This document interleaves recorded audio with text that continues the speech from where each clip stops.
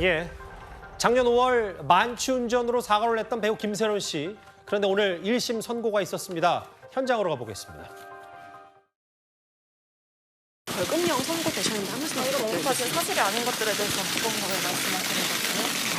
하나하나 짚고 가기엔 너무 많은 것들이어서 어떻게 말씀드려야 되는지 잘 모르겠어요. 생활도 논란이 있었는데 그 부분에 대해서 한 말씀 해주실 수 있으실까요? 피해 보상이랑 또 위약금 관련해서 되게 많은 금액들이 나왔어요. 그리고 그동안 제가 거기에 돈을 많이 썼기 때문에 생활보다 아니다 기준을 제가 정한 건 아니고요. 굉장히 힘든 상황인 건 맞아요. 근데 제가 1심 벌금 2천만 원 나왔습니다. 맞습니다. 사실 검찰의 구형량과 동일한 선고가 나온 건데요. 이 사건 같은 경우에는 실형이 구형되고 선고되어도 사실 이상하지 않은 사건이라고 저는 생각을 합니다. 피해가 굉장히 크고 김세론 씨가 도주했던 그런 상황이었기 때문인데 그렇지만 벌금 2천이 구형이 애초에 됐던 것은요. 어쨌든 김세론 씨가 상인들의 피해, 주변 피해를 다 회복을 했고 또 초범이라는 점이 고려가 돼서 구형이 된 것으로 보이는데 예. 통상적으로 구형량에서 이 양형 사유를 감안해서 이 선고형량이 좀 줄어드는 경향이 있습니다. 그런데 그대로 지금 선고가 됐다고 하는 것은 김세론 씨가 그동안 호소해온 어떤 선처라든가 반성하고 있다라든가 생활고 부분이 사실상 반영이 거의 되지 않았다 이렇게 해석을 하시면 될 것 같습니다. 근데 오늘 저 1심 선고 내용도 내용이지만 김세론 씨가 취재진의 질문에 하나하나 좀 반박한 내용도 있어요. 그게 좀 더 뉴스가 됐던 건 최근에 일부 매체를 통해서 술 마시며 게임하는 주점 가서 게임도 했다. 근데 알바하는 인증샷 돌렸는데 이것도 해당 여기서는 또 알바한 적 없다. 뭐 이런 얘기 때문에 생활고가 정말 맞느냐.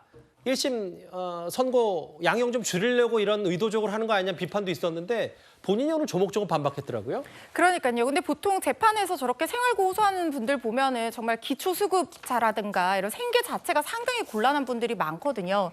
그런데 김세론 씨가 생활고를 호소하고 반성을 한다라고 하지만 과연 이것이 진정성이 있느냐 이런 의문이 계속 나올 수밖에 없었던 게 말씀하신 이 카페 알바 사진 논란뿐만 아니라 음주운전 사고를 낸 이후에 생일 파티를 하는 모습이라든가 또 호화 변호인단을 선임하는 모습들이 문제가 됐는데 거기에 더해서 이 공판이 3월에 있었잖아요. 그런데 2월에 홀덤 펍이라고 이 포커 게임을 하는 펍이 있습니다. 거기서 3시간 동안 능숙한 모습으로 포커를 치는 모습이 공개가 됐거든요.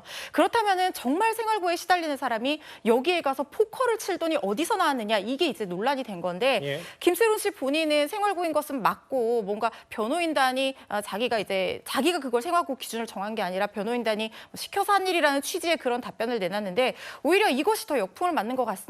변호인단만의 전략이었다고 하면 좋지 않은 전략이었다는 생각이 드는데 예. 보통 변호를 할 때 이 당사자의 동의와 이런 것들을 다 알겠습니다. 구하게 되어 있습니다. 그래서 이런 부분은 책임을 전가하는 성숙하지 못한 태도라는 생각이 듭니다. 뭐 일부 여러 언론 보도 중에 사실이 아닌 부분도 있다고 얘기를 했는데 일단 오늘 1심 선고에서는 벌금 2천만 원이 나왔습니다. 김세론 씨 얘기까지 해봤고요. 그럼 지금까지 들은 여러분들의 목소리를 만나보겠습니다. 첫 번째 댓글입니다. 쌀이 주식인 국가인데 이렇게 쌀 소비가 없다, 쌀이 남아도는 게 안타깝다는 의견도 주셨습니다. 국회의원 세비 10%는 우리 쌀로 지급하기 운동을 벌이자라고 하셨고요. 예. 초등학교도 양보를 배우는데 한동훈 장관과 민주당 의원들 양보가 없다고 하셨습니다. 조국 전 장관부터 한동훈 장관까지 법무부 장관은 극한 직업이다 이렇게 말씀하셨고요. 마지막 보겠습니다. 현직 대통령 부부에게 정권 교체되면 감옥 간다는 이 안민석 의원의 말 선을 넘은 거 아닌가 얘기하셨고요. 오히려 뭐 밥그릇 비우기 운동보다 앞서 댓글 중에 그런 의견들이 좀 더 정책적으로 좀 필요하다라는 생각도 좀 동시에 드는데 알겠습니다. 그리고 앞서 얘기했던 일부 패널이 광주 비엔날레의 시작 기간 정확히 얘기하면 내일 전야제와 개막식이 동시에 있습니다. 이걸 사실관계를 잠시 바로 잡도록 하겠습니다.